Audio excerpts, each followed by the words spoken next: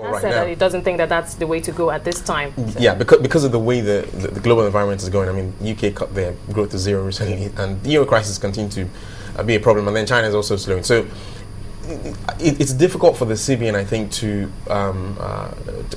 make a different, or to send a different signal to the market at this point. At the point where they feel that they have no more option or choice, I think they will have to decide to let it go a little bit. I mean, our view is that the CBN would basically adjust the midpoint again before the end of the year. Jimmy, talking about, Bumi just mentioned signals. What signal has the market, or is the market receiving? Like I said earlier, interbank rates are 30%, 34%. That's a very unhealthy signal.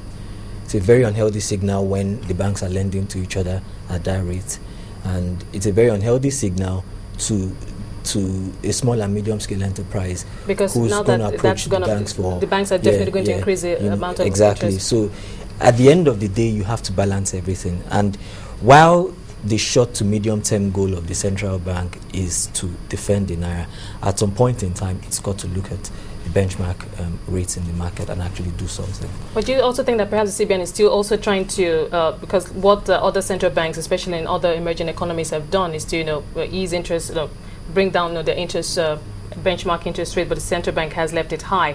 Do you think perhaps the CBN is just trying to keep the local investors, foreign investors and local, especially those who buy local bonds, think CBN just wants to keep them there to keep capital? I don't think it's that. I think it's basically what we've been saying: exchange rate, inflation rate. That's the CBN's target, and the CBN is looking at options to keep those two in check. Bumi, you were going to say something. It's linked in a way. So remember the decision by the CBN to remove that holding period for foreign money coming into the bond market. That led to what the CBN called $5 billion of hot money coming to Nigeria.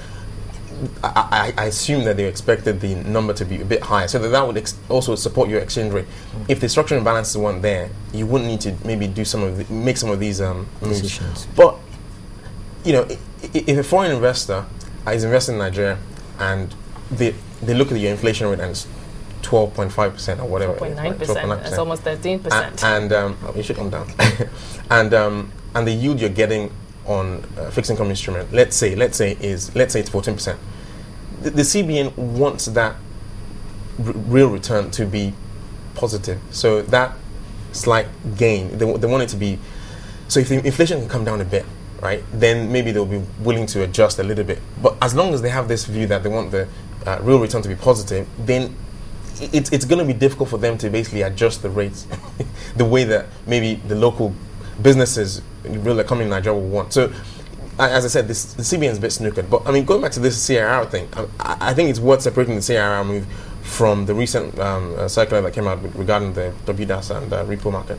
The CRR on its own actually didn't lead to a ridiculous hike in the interbank market. Oh, really? It didn't.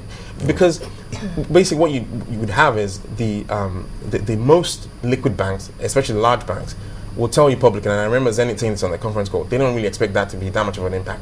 Yes, it will suck out 500 billion naira from the economy, but I mean, when you're sitting on loan to deposit ratio of 50-60%, there's enough left that you can basically chuck into the CBN to meet the requirement. So, but wouldn't that significantly, because one other thing that I understand that the CBN is trying to do is that when these banks go to the WDAS, they'll have less naira to change into dollar, and that won't put much pressure on the naira. Right, that's the next. So that's the next, and now that's what led to this hike that you've seen in the bank market. So basically, it's more a reputational problem. So if I have a line to the CBN, and that's really to cover my funding gap, right?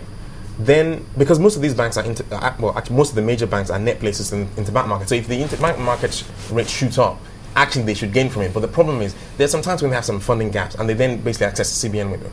Now, CBN is saying that if you basically tap that facility, then we're actually going to prevent you from using those sort of funds to actually play in the WDAS market, right? So if I'm a bank and I'm supposed to be actually acting for a customer, and I can't in the FX market because I've got some lines in the CBN, then there's a reputational risk there. So that's really what's causing a bit of the panic, and that's why the banks have to either sell down on some MPN bonds or go down into the interbank market. So in our view, this is temporary. This is not the first time we'll see a spike in the interbank market. When you say temporary, Jimmy, sorry, he says temporary. How long?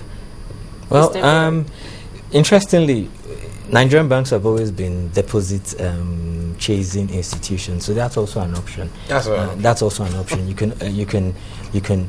But with 40, I mean, with deposit to lending spreads of 40 to 50%, many of the big banks who used to do 79, 80%, Zenith, GT First Bank, come down to 60% on that. Zenith is about 50, less than 50, UBS about 50. So actually there's still lots of room. But if the worst comes to the worst, then you can always increase your deposits. So no impact on earnings. Which would actually of course trigger which would actually trigger another round of deposits fights. So maybe that could push up deposit rates. But with the big spreads on deposit to lending rates, while it may impact earnings, it won't be too much because the spreads are still very high. 8% for the highest level of deposits, 16% for the lowest level of risk assets. So that's still a comfortable 8%.